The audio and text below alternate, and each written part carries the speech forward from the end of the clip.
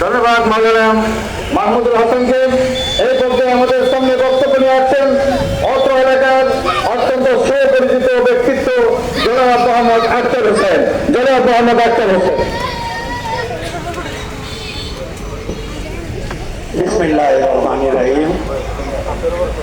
আজকে উলামা তুলামা পরিষদ আয়োজিত এই দোয়ার মাহফিলের সম্মানিত সভাপতি, উপস্থিত অনেক হাফেজে কোরআন, আলেম ওলামা, সাধারণ দিনদার মুসল্লি ভাইয়েরা, আসসালামু আলাইকুম।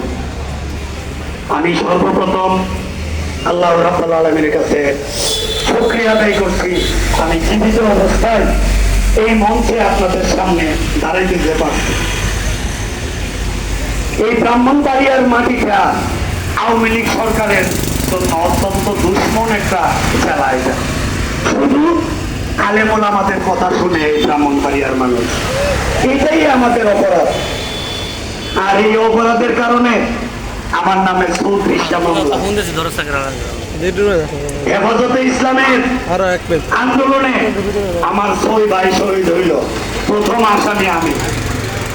8.5 মাস বাড়িঘর ছাড়া। কি অপরাধ আমাদের ইসলামের পক্ষে কথা বলার জন্য? এই দুনিয়াতে কোনোদিন জালেম স্থায়ী হয় নাই, হবেও না কোনোদিন। আমরা আর জালেম কেন আল্লাহ নির্যাতিত করে এটা জানেননি?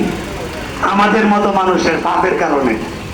আমরা গুনাহ করি, আল্লাহ অত্যাচারী শাসক নিযুক্ত করে। আবার হেরারে দিয়ে অত্যাচার করে, আল্লাহ আমাদের মাফ করে, হেরারে দেড় ছাড়া করে। আমাদের উচিত আমরা আলেম হই, সাধারণ মানুষ হই, যেই হই, অন্তত নিজের ইমানটা যেন ঠিক থাকে। রাজনীতি করেন ভালো কথা, এখন 95% রাজনৈতিক নেতারা আখেরাত ভুলে গেছে গা। আসলে কি হিসাব দিতে এটা এরা চিন্তাও করে না। টাকা কামাও, নাম কামাও, অন্য কিচ্ছু না। মুফতি আমিনী এই আসনে নির্বাচিত হওয়ার পরে ধর্মীয় প্রতিষ্ঠানগুলোর যে উন্নয়ন হয়েছে সর্বকালের সর্বশ্রেষ্ঠ রেকর্ড এটা। এরপরে আর কোনোদিন হয় নাই, এর আগেও হয় নাই, ভবিষ্যতে হবে কিনা আমি জানি না। তবে আমি একটা কথা আপনাদেরকে বলি, আজকে দোয়ার মাহফিল, রাজনৈতিক বক্তব্য দেওয়ার না। আপনারা সবাই দোয়া করবেন আল্লাহ যেন আগামী নির্বাচনে ধর্মীয় অনুভূতিশীল মানুষ, ধর্ম